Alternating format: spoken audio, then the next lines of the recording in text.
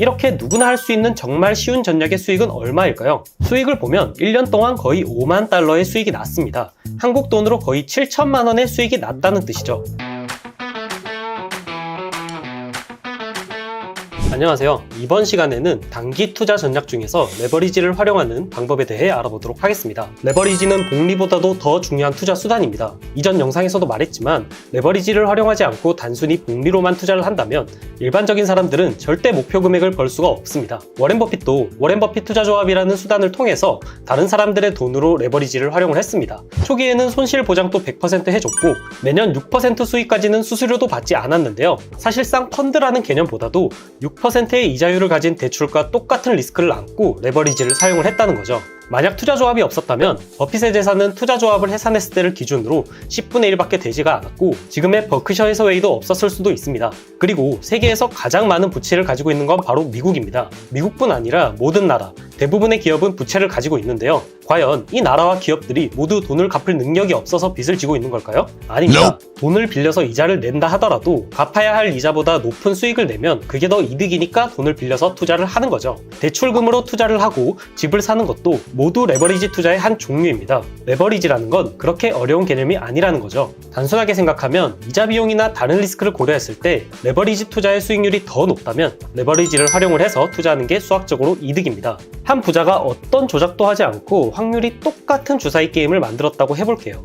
그리고 이 게임은 짝수가 나오면 여러분이 베팅한 돈의 30%를 추가로 주고 홀수가 나오면 10%를 가져간다고 해보겠습니다. 만약 이 게임을 딱 한 번만 할 수 있다면 여러분은 어떻게 하실 건가요? 이런 상황에서는 기대 수익과 수익률을 계산해 본 다음 수익률이 플러스면 투자를 하는 게 좋은데요. 이 주사위 게임의 기대 수익을 구하는 공식은 이렇습니다. 수익이 날 확률과 수익금을 곱해주고 손실이 날 확률과 손실금을 곱해준 다음 이것들을 더하면 되는데요. 짝수가 나올 확률과 홀수가 나올 확률은 모두 50%로 같기 때문에 이 주사위 게임에 100원을 배팅했을 때의 기대 수익은 10원이고 이 주사위 게임의 수익률은 10%라고 할 수가 있습니다. 수익률이 10%인 엄청 좋은 투자 상품이지만 딱 한 번밖에 할 수가 없기 때문에 이런 경우에는 조금 리스크를 감수하고서라도 일상에 지장이 없는 수준에서 되도록 많이 투자하는 게 옳은 판단이겠죠. 그러니까 이런 경우에는 적극적으로 레버리지를 활용을 해서 투자하는 게 좋다는 건데요. 만약 대출을 통해서 10배의 레버리지를 사용을 한다면 기대 수익률을 100%까지 올릴 수가 있게 됩니다.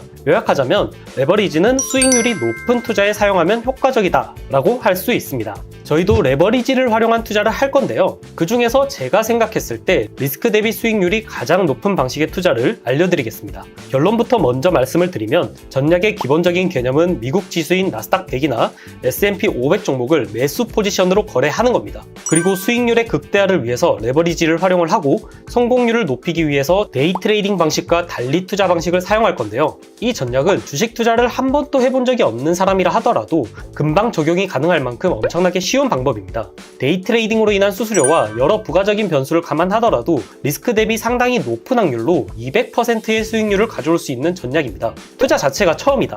선물은 잘 모르겠다. 이런 분들을 위해서 선물 거래에 대한 개념이나 용어, 거래 방법을 정말 쉽게 이해할 수 있도록 전자책을 만들었으니까 댓글에 있는 링크로 요청을 하시면 보내드리도록 하겠습니다. 자, 이제 전략에 대해서 좀 더 설명을 드릴 건데요. 그 전에 200%라는 수익률이 정말 말이 되는지 궁금해하실 것 같으니까 먼저 이 수익률이 실제로 가능한지부터 보여드리도록 하겠습니다. 자, 지금 보시는 화면은 나스닥 100 선물의 2시간봉 차트인데요. 화면에 빼곡하게 보이는 이 화살표는 작년인 2023년 6월 1일부터 올해 2024년 5월 31일까지 1년 동안 매일 나스닥 지수를 매수로 진입해서 당일 청산했다는 뜻입니다. 자, 이렇게 좀 더 확대를 해보면 언제 진입했고 언제 청산했는지가 나와 있죠. 보시면 이 전략은 특별한 기법을 쓰지 않았습니다. 일목균형표나 볼린저 밴드, 이평선과 같은 지표는 하나도 필요 없다는 거죠. 그냥 정말 단순하게 매일 같은 시간에 진입을 해서 익절과 손절만 고정을 해둔 건데요. 이렇게 누구나 할 수 있는 정말 쉬운 전략의 수익은 얼마일까요? 수익을 보면 1년 동안 거의 5만 달러의 수익이 났습니다.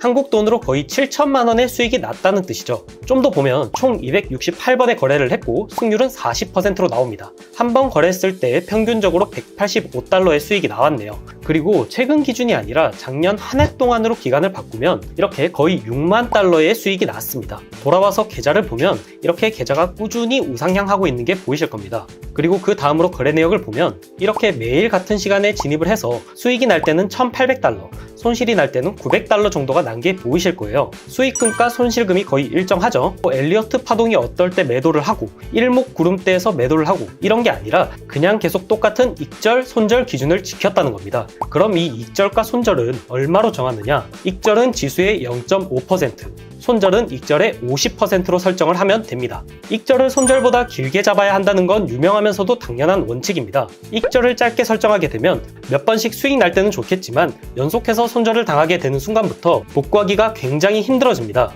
지금 이 전략에서도 만약 익절과 손절을 거꾸로 바꾸게 되게 되면 수익금이 20% 수준으로 뚝 떨어지는 게 보이시죠? 그렇기 때문에 익절은 반드시 손절보다 길게 설정하는 게 좋습니다. 그럼 이제 익절 기준을 보겠습니다. 익절 기준은 왜 하필 지수의 0.5%일까요? 익절은 되도록 길게 잡는 게 좋습니다. 실제로 지금의 익절 기준보다 익절을 더 길게 설정을 하게 되면 수익금도 더 높아집니다. 하지만 우리의 전략의 핵심은 데이 트레이딩입니다. 즉 매일 사고 팔 수 있어야 한다는 뜻이죠.